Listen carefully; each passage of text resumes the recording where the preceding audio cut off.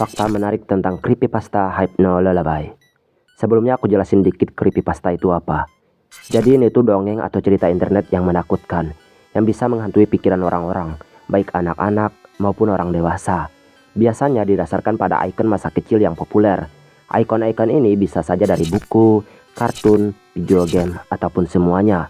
Dan genre creepypasta ini tuh memuncak popularitasnya pada awal 2010-an. Nah, waralaba Pokemon juga tidak asing dengan cerita seperti ini, dan beberapa juga begitu populer di kalangan orang-orang hingga saat ini. Contohnya termasuk Lavender Town Syndrome, Stranger Red, dan Gary Raticket. Tapi mungkin yang paling menakutkan dan misterius dari semuanya adalah Hypno Lullaby. Oke, konteks dibalik penciptaan cerita Hypno Lullaby. Sebenarnya creepypasta ini berasal dari sumber resmi. Di Pokemon Fire Red, entry Pokédex Hypno ini tuh tertulis, ia membawa perangkat seperti pendulum. Pernah ada insiden di mana ia mencuri seorang anak yang dihipnotis. Dan ini mengejutkan bagi para pemain, terutama ya kita tahu game Pokemon itu ramah anak. Dengan Pokédex seperti ini, jadinya ya seram. Dan Pokédex ini menginspirasi terciptanya lagu Hypno Lullaby. Lagu Hypno Lullaby. Oke, aku akan menyanyikan satu lirik dari lagu ini. Come little children, come with me. Oke, itu aja deh. Dari satu lirik ini aja kita udah tahu atau paham sama niatnya si Hypno. Jadi dalam lagu tersebut, Hypno memanipulasi atau menghipnotis gitu beberapa anak untuk mengikutinya. Monster ini tuh menjanjikan perlindungan dan banyak kesenangan. Kemudian ia mengikat anak-anak itu dan mengatakan bahwa tali itu akan menahan mereka dengan erat. Maksudnya supaya anak-anak itu tetap aman. Tapi semuanya hanya akal busuk Hypno. Karena Hypno menyatakan kepada anak-anak itu bahwa mereka terlalu bodoh. Dan pada akhirnya mereka pun ditahan oleh Hypno. Dan anak-anak itu pun dinyatakan menghilang. Dan tidak diketahui apakah mereka masih hidup atau mati. Sekarang kita masuk ke biografi dari creepypasta ini. Hypno. Pokemon ini adalah pemeran antagonis utama dari cerita creepypasta Hypno Lullaby.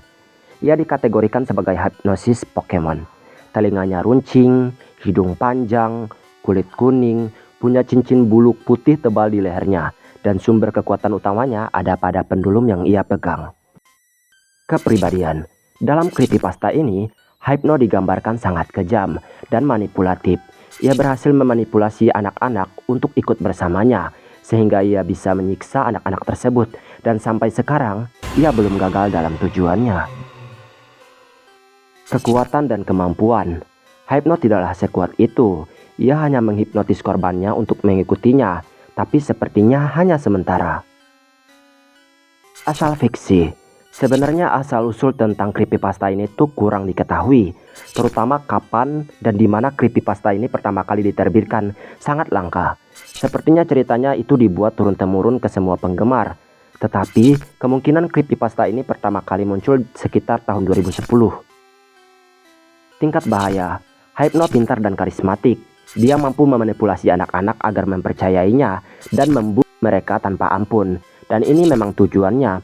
Namun, Hypno dapat dengan mudah ditangkap atau dibunuh oleh Pokemon lain jika pendulumnya diambil, melepaskan anak-anak dan Pokemon lain dari kendalinya.